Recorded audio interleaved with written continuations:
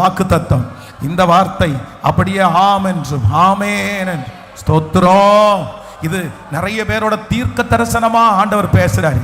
இது உங்களுடைய இருதயத்தினுடைய குமுறல் பாஸ்டர். கண்டிப்பா அப்படிதான் பாஸ்டர், கண்டிப்பா அப்படிதான் பாஸ்டர். இன்னைக்கு அப்படியே அப்படியே சொல்லணும்னு அவங்க நினைச்சா சொல்லுவாங்க, சொல்ல வேண்டாம்னு நினைச்சா கேட்டா எங்கள்கிட்ட சொல்லாம ஒரு வார்த்தை பண்ணிட்டீங்க, நீ என்ன அவ்வளோ பெரிய ஆளா, உங்கள்கிட்ட சொல்லிட்டு தான் எல்லாத்தையுமே நாங்கள் செய்யணுமோ, உங்கள்கிட்ட பெர்மிஷன் வாங்கி தான் எல்லாத்தையும் செய்யணுமோ?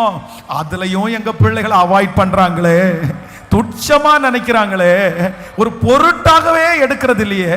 நீ வந்து என்ன மொய் வைக்க போற, நீ வந்து என்ன பணம் கொடுக்க போற?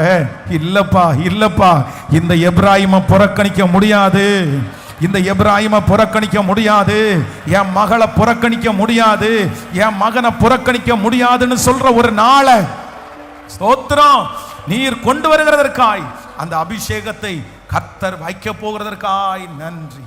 ஹல்லேலூயா.